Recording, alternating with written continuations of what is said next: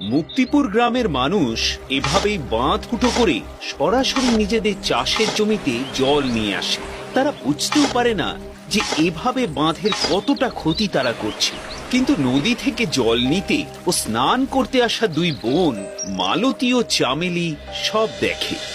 দেখলি দিদি, দেখলি? দেখলাম। এভাবে বাঁধের গায়ে কত ফুটো করেছে দেখেছিস? চল তো, ওদের বোঝাতে হবে। আগেও তো বুঝিয়েছি, কিন্তু ওরা তো কোনো কথাই শোনে না। তবু চেষ্টা তো করতেই হবে, নইলে বর্ষা আসলে সবাই বিপদে পড়বে। চল।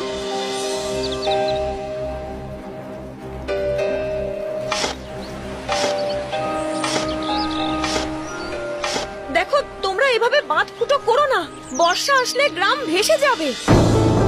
ও, তোরা আবার এসেছিস।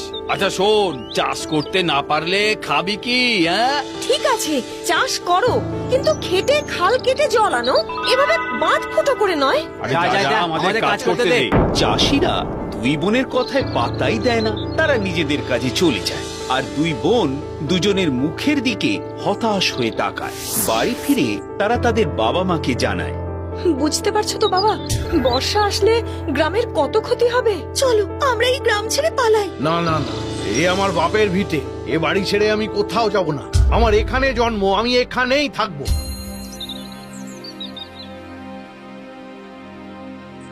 আচ্ছা, বাবাও তো আমাদের কথা শুনলো না দিদি, এখন কি হবে? কিছু একটা তো করতেই হবে। গ্রামের মানুষ সবাইকে বাঁচাতে হবে। কিন্তু কিভাবে? সেটাই তো ভাবছি। কোনো একটা উঁচু জায়গা খুঁজে বার করতে হবে, যেখানে গ্রামের সবাই আশ্রয় নিতে পারবে। সবাই? এমন জায়গা তো আমাদের গায়ে নেই। নেই তো কি হয়েছে, বানাতে হবে। আচ্ছা, আমাদের গ্রামে সবচেয়ে উঁচু কি বলতো?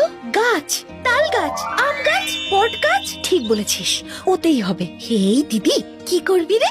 বলবো, আমরা খেয়ে দিয়ে উঠে বেরোবো, ঠিক আছে? এখন চল, খেতে চল।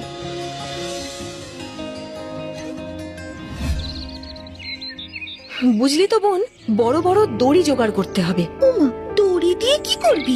বাঁধতে হবে। কি সব বলছিস দিদি? এই, তুই গাছে উঠতে পারবি তো?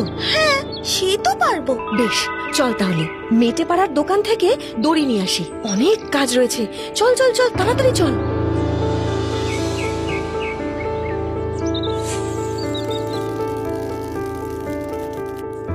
হ্যাঁ রে, কি ব্যাপার বলতো তোদের? ঘরেও টিকি দেখা যায় না। আর এসব কি করছিসটা কি? যাতে বর্ষা এলে আমরা বেঁচে যাই তার ব্যবস্থাই করছি।